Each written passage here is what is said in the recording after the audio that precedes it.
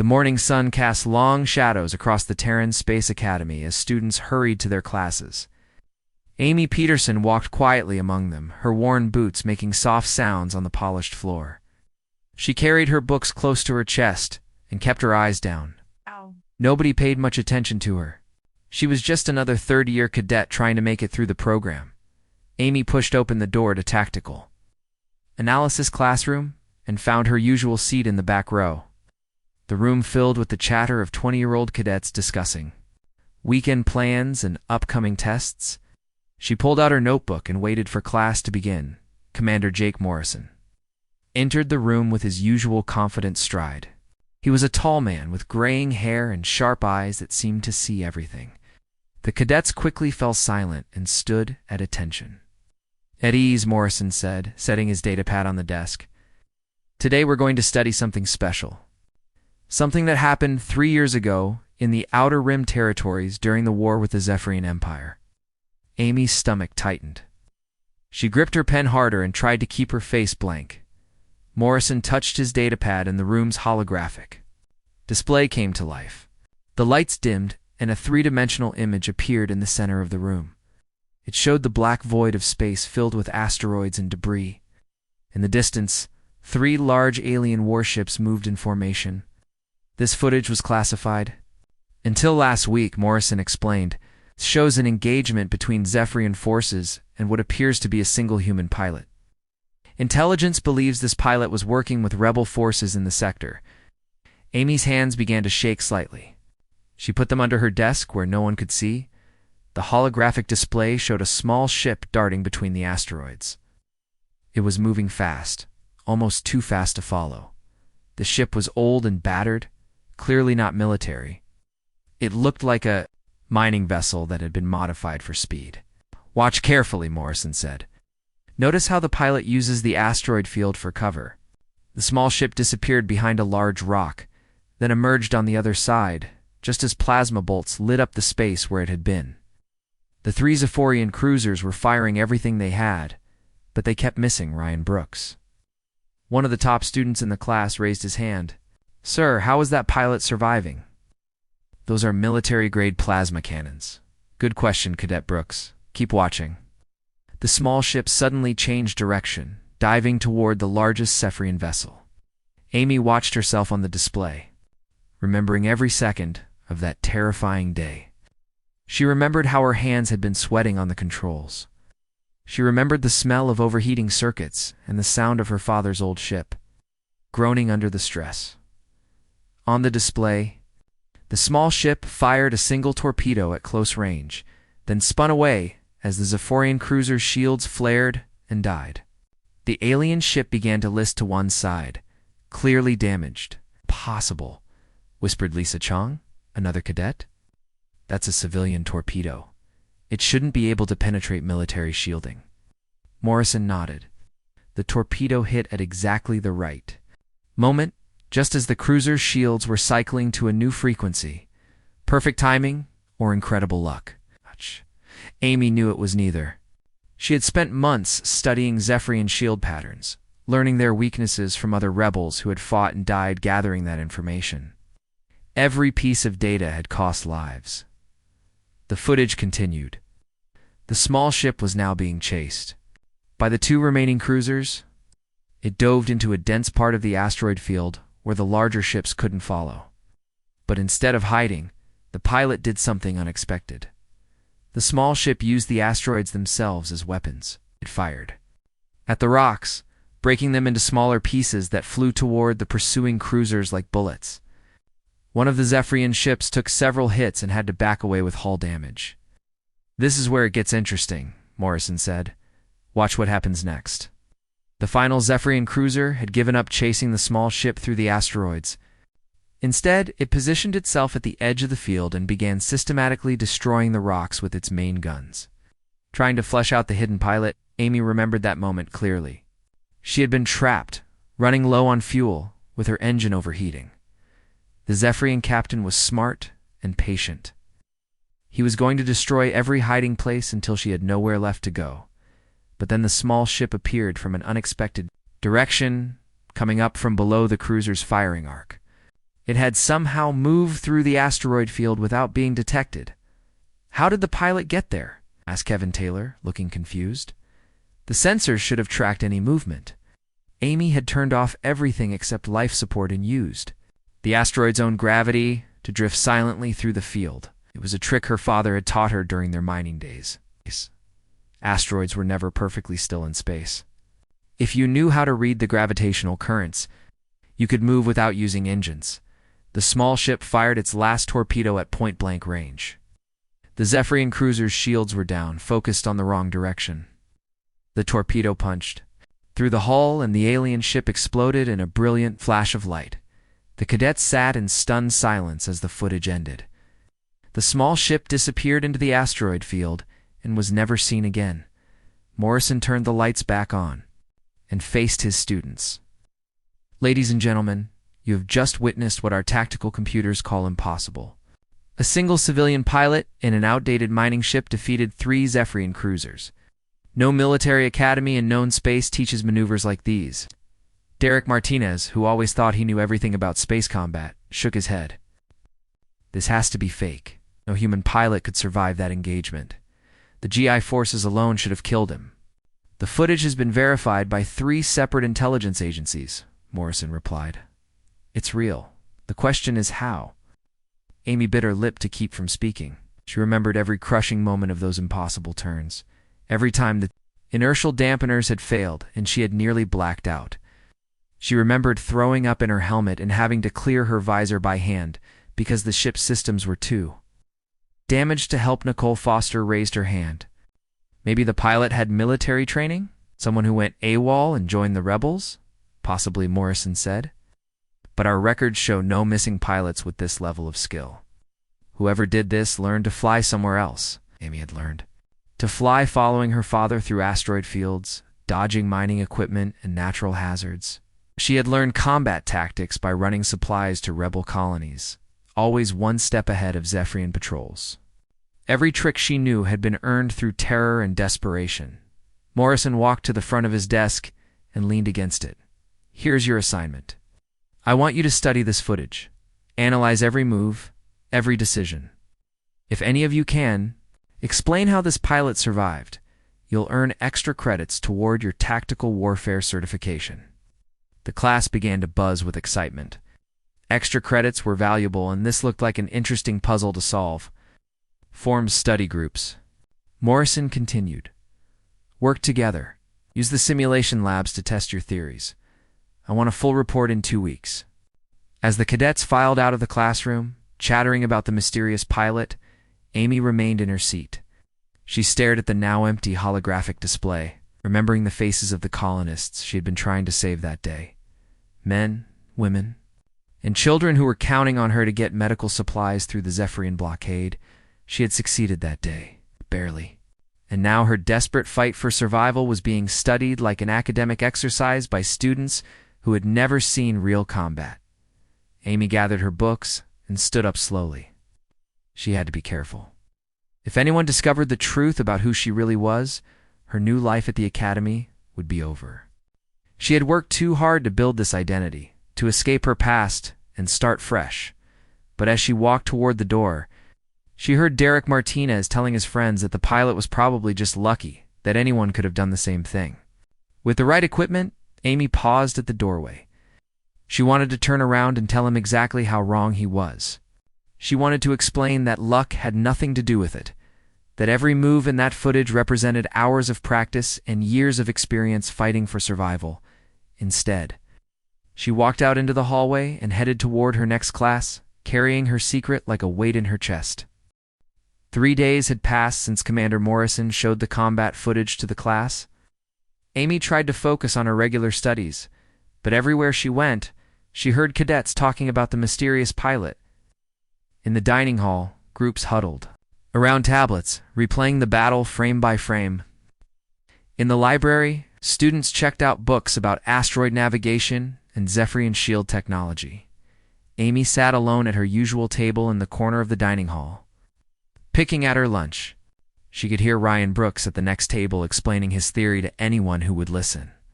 The pilot had to have inside information, Ryan said, waving his fork for emphasis. Look at how perfectly timed that first torpedo strike was. Can't just guess when Zephyrian shields will cycle frequencies? Amy's stomach twisted. Ryan was closer to the truth than he knew. She did have inside information, but it had come from watching her friends die learning those shield patterns. Every piece of data about Zephyrian technology had cost the rebels. Dearly. Maybe, said Lisa Chang, sitting across from Ryan. But what about those asteroid maneuvers? I've been running simulations all week and I can't figure out how the ship moved through that field without being detected. Amy wanted to tell her that the trick was reading gravitational currents, using the asteroid's own pull to drift silently. Her father had taught her that during long mining runs when fuel was precious, but she kept eating her tasteless food and said nothing. Kevin Taylor joined their table, setting down his tray with a loud clatter. I think I figured out part of it. The pilot wasn't using standard navigation computers. Look at this. He pulled out his tablet and showed them a close-up. Frame from the footage? See how the ship moves? Those aren't computer-assisted flight patterns. That's all manual control. Amy's hand trembled slightly around her fork.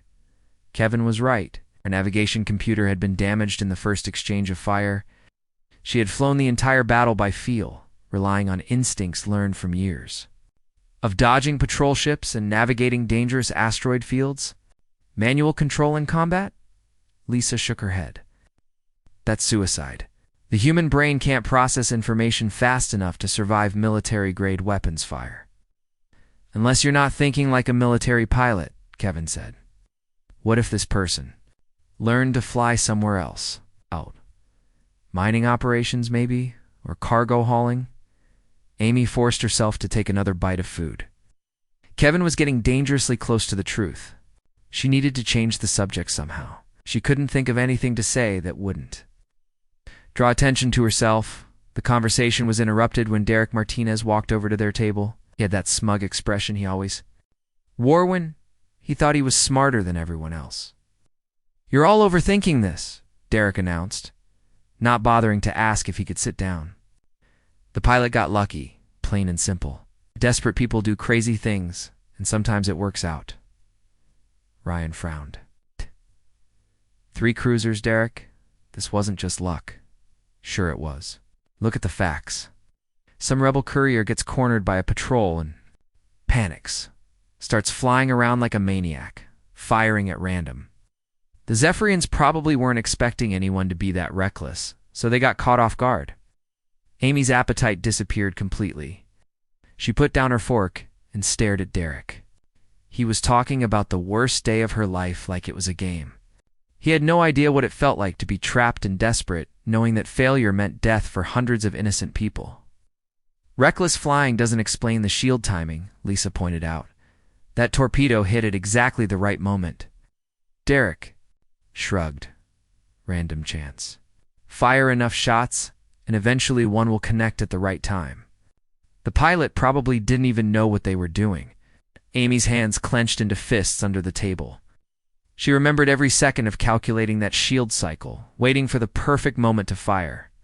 She remembered the faces of the colonists, who were depending on those medical supplies, the children who would die without the antibiotics she was carrying. I don't think it was random, said a quiet voice behind them. Everyone turned to see Nicole Foster standing there with her lunch tray. Nicole was Amy's roommate, though they rarely talked much. She was shy and kept to herself most of the time. Ryan asked.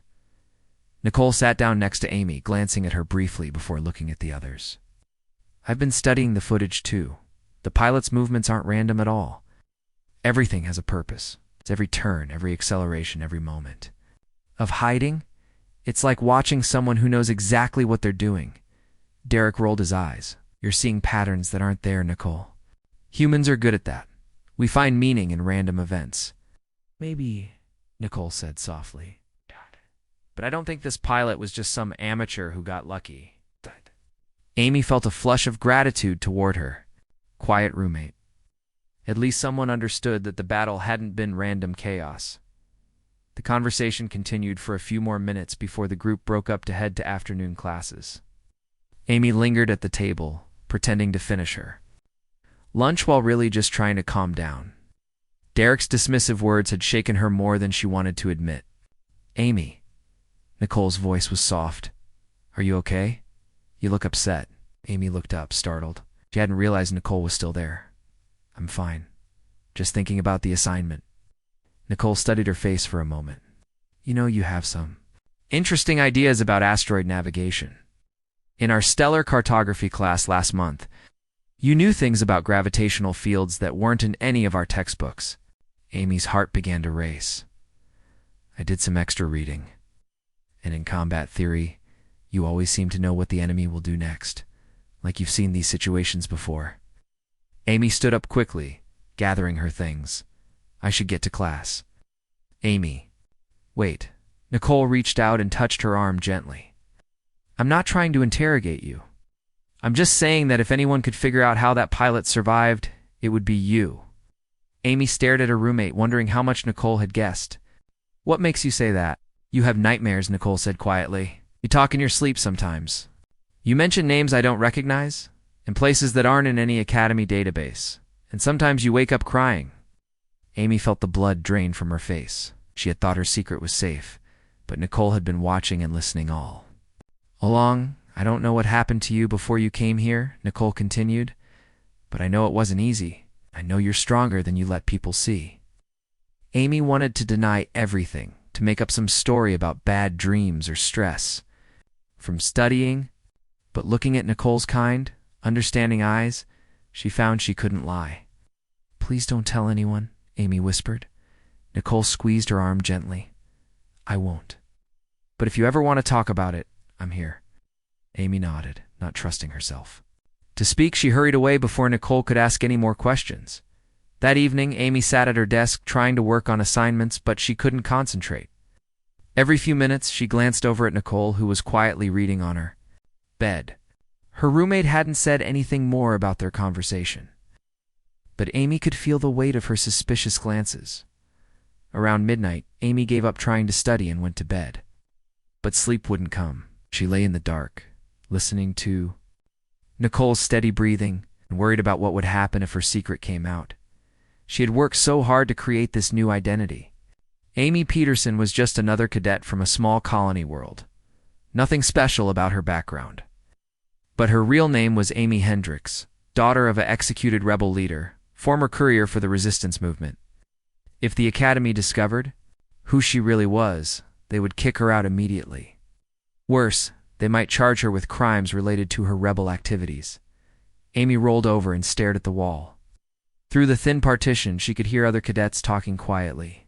In their rooms, they were probably still discussing the mysterious pilot, coming up with new theories about how someone could survive such impossible odds. If only they knew that the pilot they were studying was sleeping just down the hall, terrified that her past would destroy her future. The next morning brought new complications. Commander Morrison announced that Admiral Patricia Wells had taken a personal interest in identifying the mystery pilot. Intelligence services were expanding their investigation, looking into shipping records, communication logs, and personnel files from the Outer Rim territories. "They want to find this pilot," Morrison explained to the class. "Someone with these skills could be valuable to our military, either as a pilot or as an instructor." Amy felt sick. An official investigation would eventually trace her movements, connect her false identity to her real past. She had been careful when she applied to the Academy, but no cover story was perfect. If they looked hard enough, they would find the truth. After class, Amy walked through the Academy corridors in a daze. Students and instructors moved around her, but she barely saw them. Her mind was racing, trying to figure out what to do next. She could run, disappear, before they discovered who she was? But where would she go? The war was over, but the galaxy was still dangerous for former rebels. She had worked so hard to earn her place at the Academy. This was her chance for a real future, a chance to do something meaningful with her life. Amy barely slept that night. She lay in bed, staring at the ceiling, rehearsing answers to questions Commander Morrison might ask. How could she explain her knowledge of asteroid navigation without revealing her mining background? How could she discuss combat tactics without admitting she had learned them the hard way? When morning came, Amy dressed carefully in her crisp Academy uniform. She looked at herself in the mirror and practiced keeping her expression neutral. The young woman looking back at her appeared calm, but Amy could see the fear in her own eyes. Nicole was already gone when Amy left their room. Her roommate's interview was scheduled an hour before hers. Amy wondered what Nicole would tell Morrison, and whether she would mention her suspicions about Amy's past. The walk to Morrison's office felt like the longest journey of Amy's life. Other cadets moved through the corridors around her, chatting about classes and weekend plans. Their normal lives seemed like a dream to Amy. She envied their simple concerns, their freedom from dark secrets. Amy knocked on Morrison's door at exactly the appointed time. His voice called for her to enter, and she stepped into the small office. Morrison sat behind his desk, reviewing files on his computer screen. The mysterious pilot footage played silently on a wall monitor. "Cadet Peterson, please sit down," Morrison said without looking up. He finished reading something, then turned his attention to Amy. His sharp eyes studied her face. "Thank you for coming, Cadet. I'm interviewing several students about their analysis of the combat footage. You've been unusually quiet during our class discussions, but your written work shows good understanding of tactical concepts." Amy kept her voice steady. "Thank you, sir. I prefer to think things through before speaking." Morrison nodded and pulled up a file on his screen. "Your background shows you're from New Haven Colony in the Mid-Rim. Quiet farming world, mostly agricultural. Exports. Not much in the way of space combat experience there." "No, sir. Very peaceful place." Amy's heart pounded as she spoke the carefully rehearsed lie. "Yet your entrance exam scores for spatial navigation were exceptional. Top 5% of all applicants? That's unusual for someone from a farming colony." Amy had prepared for this question. "My family operated cargo haulers between the farming settlements. I learned basic piloting helping with supply runs." Morrison made a note on his tablet. "Interesting. And your tactical analysis skills are quite advanced for someone with no military background." "I read a lot, sir. Military history, combat theory. I find it fascinating." "I'm sure you do." Morrison leaned back in his chair. "Let me ask you something specific about the footage. The pilot makes several maneuvers that shouldn't be possible in that type of ship. The gravitational stresses alone should have torn the vessel apart, yet somehow it held together. Any thoughts on why?" Amy chose her words carefully. "Perhaps the ship was modified, sir. Mining vessels are built to handle extreme conditions. The right structural reinforcement, they might survive combat maneuvers that would destroy other civilian ships." Morrison's eyes sharpened. "Mining vessels? I didn't mention the ship type in class." Amy's blood turned cold. She had made a mistake, revealed knowledge she shouldn't have. I analyzed the engine signatures in the footage, sir. The power curve matches industrial mining equipment." "Impressive analysis, Cadet. Most of your classmates missed that detail." Morrison pulled up another screen. "Tell me, what do you think of Cadet Martinez's theory? The pilot was just lucky, flying randomly until something worked." Amy felt anger rise in her chest. Derek's dismissive words still stung. His casual dismissal of the desperate fight she had waged to save innocent lives. She struggled to keep her voice neutral. "I disagree with that assessment, sir. The pilot's movements show clear planning and tactical awareness. Every maneuver serves a purpose, such as..." Amy realized she was walking into dangerous territory, but she couldn't stop herself. The first evasive pattern drew the cruisers into the asteroid field, limiting their ability to use heavy weapons.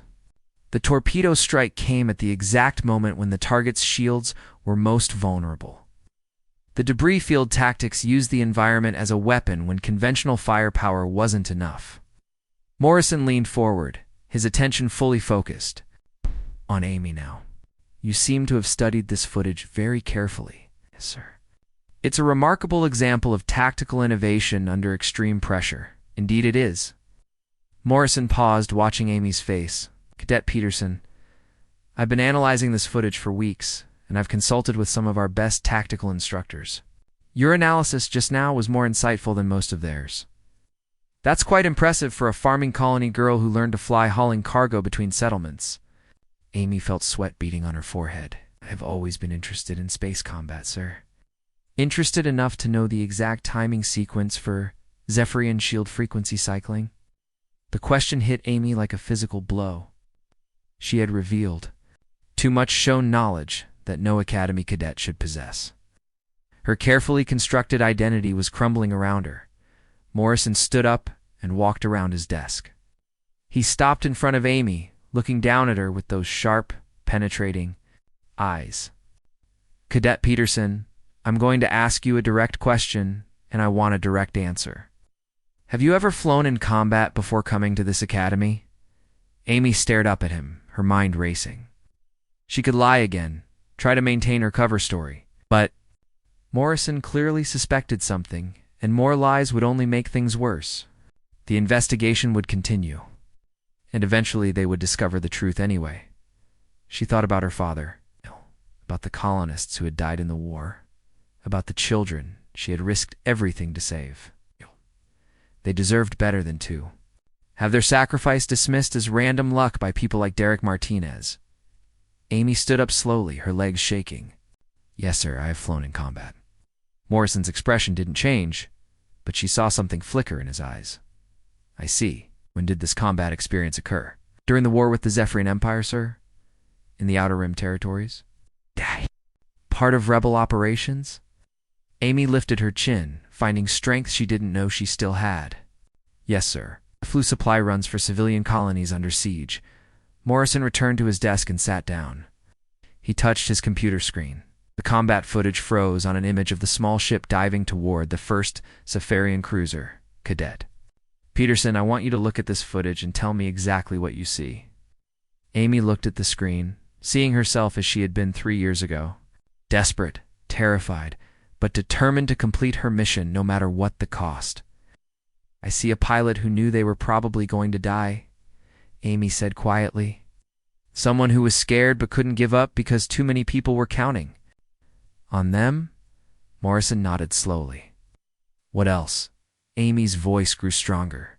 "I see someone who learned to fly in asteroid fields, who knew how to read gravitational currents and use them for cover. Someone who had studied Zephyrian tactics because their life depended on it. A colony full of sick children. And how would you know about the medical supplies? That information wasn't in the intelligence report." Amy met Morrison's eyes directly. "Because I was there, sir. That was me out there." The room fell completely silent. Morrison stared at her for a long moment, his expression unreadable. Amy waited for him to call security, to have her arrested or expelled from the academy. Instead, Morrison leaned back in his chair and let out a long breath. "Well, that explains a few things." Amy blinked in surprise. "Sir? Your navigation scores, your tactical insights, your reaction when Martinez called the pilot lucky?" Morrison pulled up another file on his screen. "We've been investigating this footage for 2 weeks, Cadet. Or should I say Amy Hendricks?" Amy's heart stopped. They knew her real name. Her carefully constructed false identity had been worthless from the beginning. "How long have you known?" she whispered. "I suspected something after your first tactical analysis paper. You wrote about asymmetric warfare with the kind of detail that only comes from personal experience. When Admiral Wells ordered a full background investigation, it took our intelligence people about 3 days to connect Amy Peterson to Amy Hendricks." Amy slumped in her chair, feeling defeated. "So what happens now? Do you arrest me?" Morrison was quiet for a moment, studying the footage on his screen. "That depends, Cadet. Are you the same person who fought for the rebels? Or are you someone trying to build a new life?" "I don't know how to answer that, sir." "Then let me ask you this. If you saw Zephyrian forces attacking civilians today, what would you do?" Amy didn't hesitate. "I would try to help the civilians, sir. Whatever it took." Morrison nodded. "That's what I thought you'd say." He turned off the footage and faced Amy directly. "Cadet Hendricks, you're going to have some difficult conversations ahead of you. Admiral Wells will want to interview you, personally. There will be questions about your rebel contacts, your knowledge of classified information, your loyalty to the Terran military." Amy felt tears starting to form in her eyes. "And then you'll expel me," maybe Morrison said. "Or maybe we'll recognize that someone who could survive that engagement has skills we need. Someone who risked everything to save civilian lives might be exactly the kind of officer this fleet needs. Amy spent 3 days confined to her quarters before Admiral Patricia Wells arrived at the academy. During those long hours, she watched through her window as other cadets went about their normal routines. Some stopped and pointed at her building, whispering among themselves. Word had spread quickly that the mysterious pilot was actually a student at their own academy. Nicole brought her meals and homework assignments. Their conversations were awkward now. Her roommate seemed unsure how to act around someone who had once been a rebel fighter. Amy understood the confusion. She felt like a different person herself now that her secret was out. On the morning of the 4th day, 2 military police officers came to escort Amy to the tribunal hearing. They were polite but professional, treating her like a potential security risk rather than a fellow cadet. Amy wore her dress uniform, the same one she had worn at her academy graduation ceremony just a year ago. It felt strange to think that ceremony might be the only military honor she would ever receive. The tribunal was held in the academy's main conference room. Amy entered to find 5 officers seated at a long table. Admiral Wells sat in the center, a stern woman with gray hair and cold blue eyes. To her right was Colonel Stephen Price from Military Intelligence. To her left was Captain Nathan Cross, whose weathered face showed the scars of combat service. Commander Morrison sat at a smaller table to one side, along with Lieutenant Carroll. Stevens, who would serve as Amy's military advocate. Amy had met Stevens only briefly that morning. The young lawyer seemed nervous about defending someone with Amy's background. Admiral Wells called the tribunal to order and read the charges against Amy. Identity fraud, concealing material information during academy admission, and potential security violations. Each charge carried the possibility of expulsion and criminal prosecution. Before we begin formal proceedings, Wells said, I want to make something clear. This tribunal is not here to judge your actions during the war. Rebel activities fall under the General Amnesty Agreement signed at the end of hostilities. However, your deception in gaining admission to this academy is a serious matter that threatens the security of our military institutions. Amy stood at attention. I understand, Admiral. Colonel Price leaned forward. Cadet Hendricks, you used false documentation to create the identity of Amy Peterson. You lied about your background, your family, even your planet of origin. How can we trust anything you say now? Lieutenant Stevens started to object, but Amy held up a hand. Colonel, you're right. I did lie about those things. I was afraid that my real background would prevent me from attending the academy, and I wanted a chance to serve in the military. Serve? Price's voice was skeptical. Or spy for your former rebel contacts? Have no contact with anyone from? My past, sir. When the war ended, I wanted to start over completely. Captain Cross spoke for the first time. Cadet Hendricks, do you recognize me? Amy studied his scarred face carefully. Something about his eyes seemed familiar, but she couldn't place him. I'm sorry, sir. I don't think we've met. Cross smiled slightly. New Denver colony, about 4 years ago. You brought medical supplies during a Zephyrian blockade? My sister's family lived there? New Denver had been one of her most dangerous runs, dodging 3 separate patrol fleets to deliver antibiotics for a disease outbreak. Your sister, ... was her name Margaret Cross? She had twin daughters, about 6 years. Old at the time, Amy remembered now. Margaret had helped unload the medical supplies while her daughters hid in the storage bay. The little girls had been terrified of this strange ship and the young pilot who looked barely older than a teenager. How are they? Amy asked quietly. Alive, thanks to you. The antibiotics you brought saved about 200 people in that colony, including my nieces. Colonel Price looked annoyed at this interruption. Captain Cross, your personal connection to the defendant is irrelevant to these proceedings. Is it? Cross turned to face Price. This woman risked her life to save civilians. She could have been killed or captured during any of those supply runs, but she kept flying because people needed help. That shows character, Colonel. Admiral. Wells held up a hand to stop the argument. Let's focus on the charges at hand. Cadet Hendricks, walk us through how you created your false identity. Amy explained the process step by step. After her father's execution, she had used contacts in the rebel underground to obtain new documentation. The identity of Amy Peterson. had been created using records from a small farming colony that had been destroyed early in the war. All the original colonists were dead, making it impossible to verify her story. I chose Amy Peterson because she was about my age and had died. With no family to remember her, Amy said, I thought I was honoring her memory by using her name to build a better life. Lieutenant Stevens presented character references from several academy instructors who praised Amy's academic performance and leadership potential. Commander Morrison testified about her exceptional tactical insights and her dedication to protecting civilians. But the most surprising testimony came from Intelligence Chief Laura Kim, who had flown in specifically for the tribunal. Kim was a tall woman with short black hair and the bearing of someone used to keeping dangerous secrets. Admiral Wells, Colonel Price, I've been tracking former rebel operatives since the end of the war, Kim began. We maintain surveillance on individuals who might pose security risks or who might be valuable assets. Amy Hendricks has been on our watch list for 3 years. Amy felt her heart sink. They had been watching her all along, Kim continued. During her time as a rebel courier, Hendricks provided invaluable intelligence about Zephyrian fleet movements. Information she gathered during her supply runs helped our forces plan several major operations, including the liberation of the Centauri sector. Colonel Price frowned.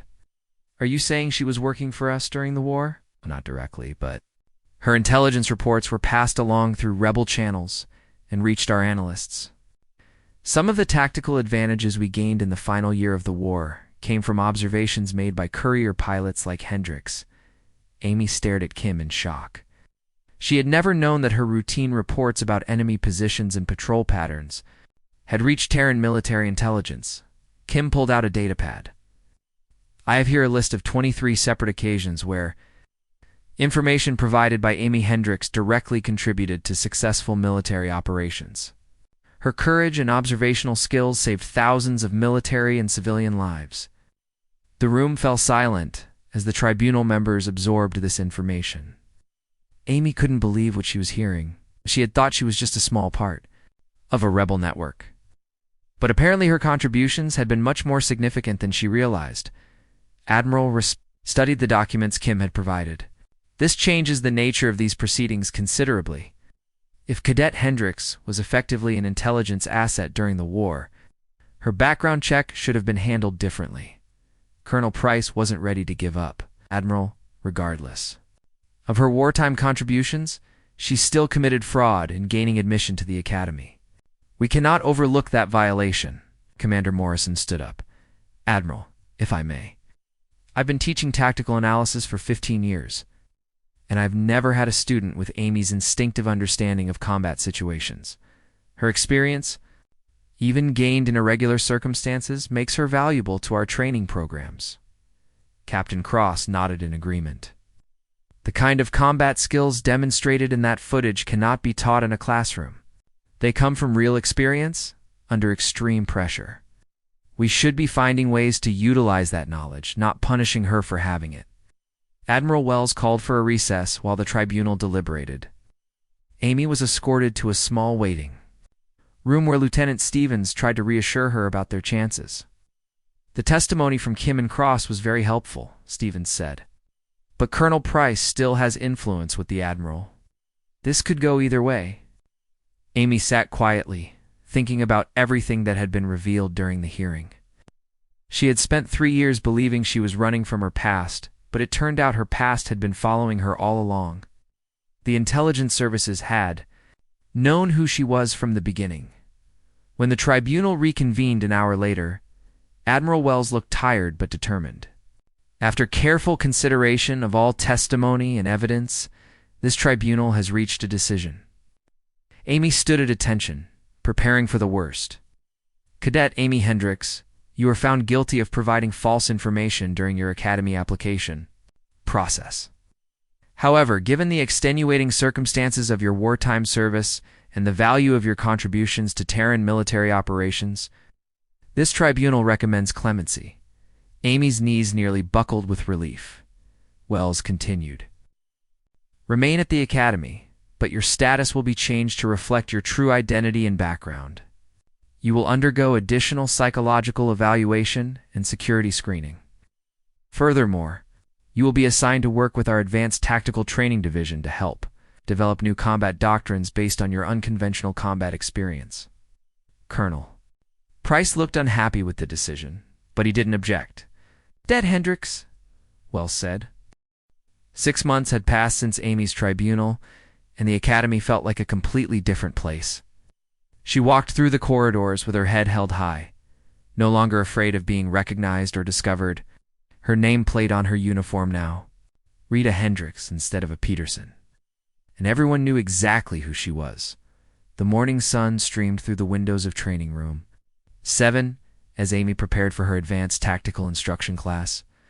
She had traded her cadet uniform for the insignia of a junior instructor, though she was still completing her own studies. The arrangement was unusual, but Admiral Wells had insisted that Amy's experience was too valuable to waste. 12 elite pilot candidates sat at attention as Amy entered the room. These were the Academy's best students, selected for advanced combat training that would prepare them for the most dangerous missions in the fleet. Among them was Ryan Brooks, who had been one of her classmates just months ago. "Good morning," Amy said, activating the holographic display system. "Today we're going to discuss something that isn't taught in any standard flight manual: how to survive when everything goes wrong." The familiar combat footage appeared in the center of the room, but now Amy could watch it without fear or shame. It had become a teaching tool, a way to pass on hard-won knowledge to the next generation of pilots. Most of you have analyzed this footage before, Amy continued. But today, I want you to understand what was really happening during this engagement. Not just the tactics you can see, but the decisions that led to those maneuvers. She paused the footage at the moment when the small ship first appeared on screen. The pilot of this vessel had 3 choices when those Zephyrian cruisers appeared: run, hide, or fight. Anyone want to guess why running wasn't an option? Cadet Susan Miller raised her hand. Fuel limitations, instructor? Partly correct. Ship was carrying a full load of medical supplies, which reduced fuel capacity. But the real reason was the colonists. There were 600 people on that colony, including 200 children. The pilot knew that if those supplies didn't get through, people would die. Amy advanced the footage to show the first evasive maneuvers. Standard military doctrine says you never engage multiple opponents in a civilian vessel. But sometimes standard doctrine doesn't account for desperation. She looked around the room at the young faces watching her. They were all talented pilots, but most had never faced real combat. Their understanding of tactics came from simulations and textbooks, not from the terrible clarity that comes when lives hang in the balance. The key to survival in impossible situations isn't superior firepower or advanced technology, Amy explained. It's understanding your environment and using every advantage you can find. Watch how the pilot uses the asteroid field. The footage showed the small ship weaving between massive rocks, using them for cover while the Zephyrian cruisers struggled to get clear shots. Amy remembered every second of that terrifying dance. The way her father's old mining ship had groaned under the stress of rapid direction changes. "Mining operations teach you to read gravitational fields," Amy said. "Asteroids aren't just obstacles, they're tools. If you understand how they move, how they interact with each other, you can use them to your advantage." Ryan Brooks raised his hand. Instructor Hendricks, how did you learn to read Zephyrian shield frequencies? That information wasn't available to civilian pilots. Amy smiled at her former classmate. Ryan had been one of the most supportive students after her identity was revealed. "You learn by watching them kill your friends," Cadet Brooks. Every time a convoy was destroyed, survivors would report what they saw. Over time, patterns emerged. The rebels shared information because lives depended on it. The room grew quiet. These cadets had grown up during peacetime, where tactical knowledge came from classes and simulations.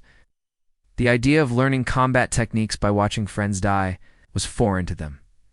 Amy advanced to the moment when the first torpedo struck its target. This shot required perfect timing. Zephyrian shields cycle frequencies every 12 seconds, but there's a half-second gap during the transition. Miss that window, and your torpedo is useless. Cadet Jennifer Ross looked puzzled. How could you time it that precisely during combat? The stress alone would throw off your calculations. Practice, Amy said simply. I had fired at Zephyrian shields dozens of times during supply runs. Not to destroy enemy ships, but to create diversions while other pilots escaped. Every miss taught me something new about their defensive systems. She paused the footage and faced her students directly. This brings me to the most important lesson of today's class. Everything you see in this footage was learned through necessity, not choice. The pilot didn't want to be a combat expert. She just wanted to deliver medical supplies and keep people alive. Amy restarted the footage, showing the final moments of the battle when the last Zephyrian cruiser exploded.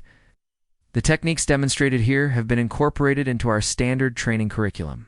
Asteroid field navigation, debris utilization tactics, shield frequency analysis, all of these are now part of advanced pilot education. When the footage ended, Amy turned to face her students. Questions? Ryan Brooks raised his hand again. Instructor, do you ever regret having to learn these skills the way you did? Amy considered the question carefully. I regret that the war happened at all, Cadet Brooks. I regret that people died, that families were torn apart, that children grew up afraid. But I don't regret learning to fight for something I believed in. She walked to the window and looked out at the academy grounds where cadets were practicing formation flying. The galaxy is still dangerous, Orcs raiders. Hostile alien factions, they're all out there. Someday, some of you might find yourselves in impossible situations, facing odds that seem insurmountable. Amy turned back to her students. When that happens, I want you to remember that survival isn't about having the biggest guns or the fastest ship. It's about refusing to give up, about finding ways to fight even when everything seems hopeless. The class ended with assignments for the following week. As the students filed out, Ryan Brooks lingered behind. Instructor Hendricks, he said quietly, I owe you an apology. When we first saw that footage, I thought it was just impressive flying. I didn't understand what it really represented. Amy smiled. What do you think it represents now? Hope Ryan said without hesitation. It shows that ordinary people can do extraordinary things when they have something worth fighting for. Amy nodded. That's exactly right, Cadet. That's the most important lesson anyone can learn. After Ryan left, Amy remained in the empty classroom, thinking about how much her life had changed. The academy had become more than just a place to learn. It had become her chance to ensure that future generations of pilots would be better prepared than she had been. Her afternoon was spent in meetings with Commander Morrison and other instructors, developing new training scenarios based on real combat experiences. The academy was revolutionizing its approach to pilot education, moving away from purely theoretical instruction toward practical survival skills. During dinner, Amy sat with Nicole Foster and several other cadets who had become close friends since her identity was revealed. The awkwardness that had existed immediately after the tribunal had faded, replaced by genuine respect and friendship. I heard from my cousin in the outer colonies, Nicole said. She says pirate activity is increasing again near the shipping lanes. The fleet is sending more patrols out there. Amy nodded. I've heard the same reports. Some of the graduates from our advanced program will probably be assigned to those patrol units. Are you worried about them? Asked Cadet Peter Walsh, who had joined their table. Always, Amy admitted, but they're better prepared than pilots were during the war. They understand things that took me years to learn through trial and error. That evening, Amy returned to her room and found a message waiting on her personal communicator. It was from Margaret Crossgen, Captain Cross's sister. Dear Amy, the message read, Nathan told me about your tribunal and your new position at the academy. I wanted you to know that my daughters are both applying to the Space Academy next year. They say they want to be pilots like the woman who saved their colony. I thought you should know that your courage continues to inspire people. Amy smiled as she read the message. She had spent so many years running from her past, afraid that her rebel background would define her forever. But now she understood that her experiences, painful as they had been, had value beyond her own survival. A knock at her door interrupted her thoughts. She opened it to find Commander Morrison standing in the hallway.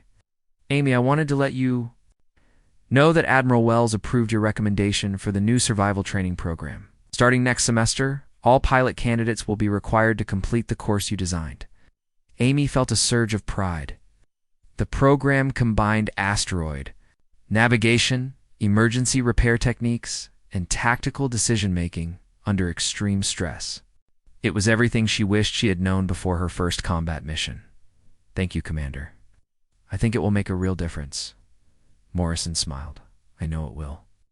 Your students consistently score higher on survival scenarios than any previous classes, or it is spreading throughout the fleet about the Academy's new training methods.